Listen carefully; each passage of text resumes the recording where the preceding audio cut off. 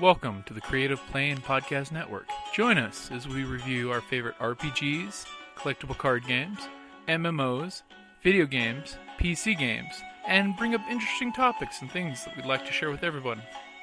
Sit back and enjoy the show.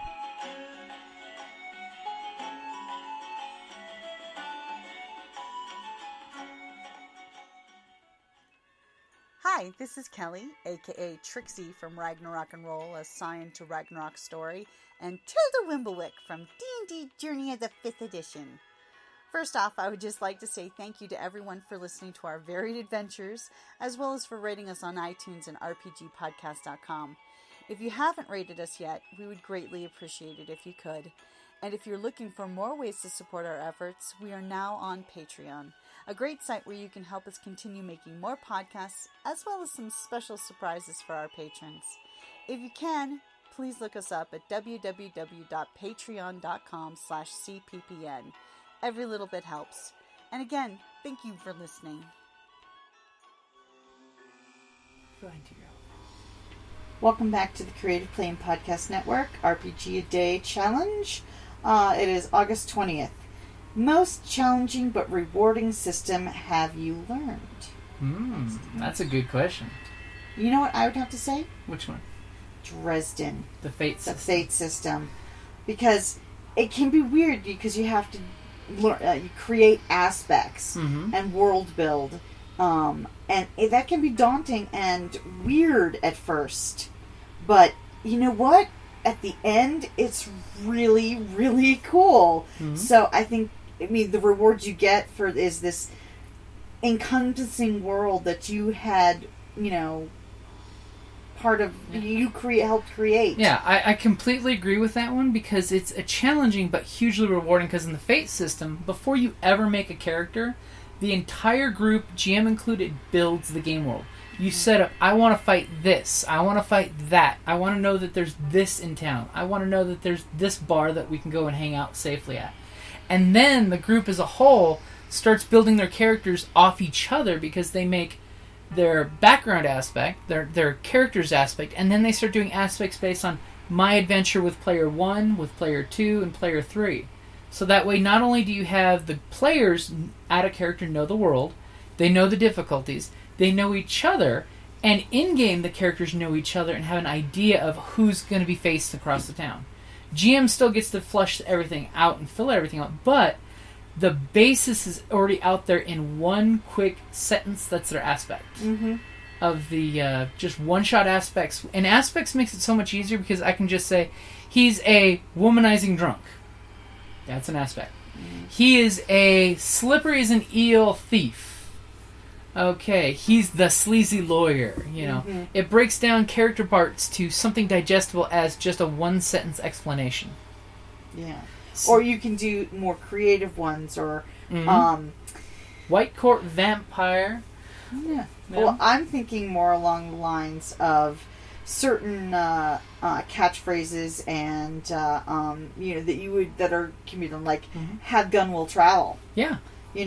Things like that, that you can also employ to help give you an interesting interpretation of a... Many pockets carry many tools. Yeah, exactly. You can go players can make it as complicated or as simple as they want. And one thing with the book is they always gives you that hottest of, okay, you have an aspect, talk to your group during character creation and make it cooler. Okay, and then again, let's make that aspect sound even cooler and specific. Like Chicago's only wizard in the Yellow Pages. That and part of the aspect is it's got to be something that when you say it, you think of your character. Except like in combat conditions, where here's mud in your eye is a great one of I'm using my agility to throw dirt in my enemy's eye to give him a negative that my group can then use as a free tag. Yeah. Yeah, I mean it's a complicated system, but super easy once everyone learns it, relaxes, and lets it happen at the gaming table. And then as a GM, I love the fact that you can bribe your players to make the story happen. Yeah. Because all of a sudden they have an aspect. I have a negative angle on that aspect that moves the story forward. I can bribe them with fate points to let it happen. Yeah. And if they really don't want it to happen, they can pay me off to shut up and continue on my way. Or if they're doing something that would be directly contrary, like for Dresden, damsel in distress, he can't, Well, see, that's I can bribe you to use Dan's...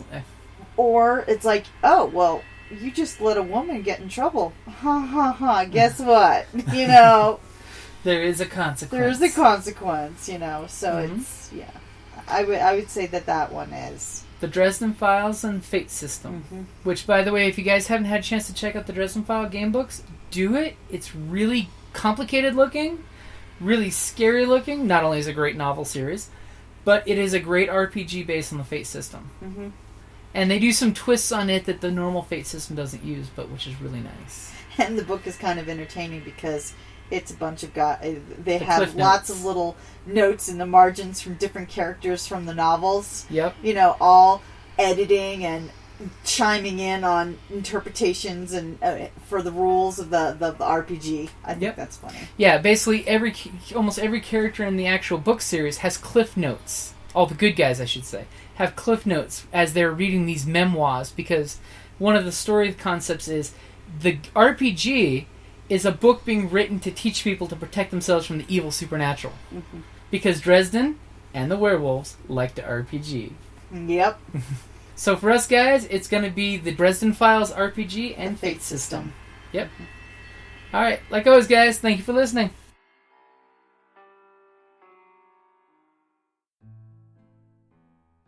Hey gamers, Jim here from Creative Play and Podcast Network. If you're in the Tucson area this September and October, I've got a special message for you. Hey, this is Karen from RinCon. We are having our convention from September 30th through October 2nd here in Tucson, Arizona. Come out and play every kind of game under the sun with us. We've got role-playing, board games, minifigs, CCGs, we've got Artemis, we have panels with special guests, and this year the theme is steampunk. So get out your, dust off your dirigibles, get out your chapeaus and put them on, come on down.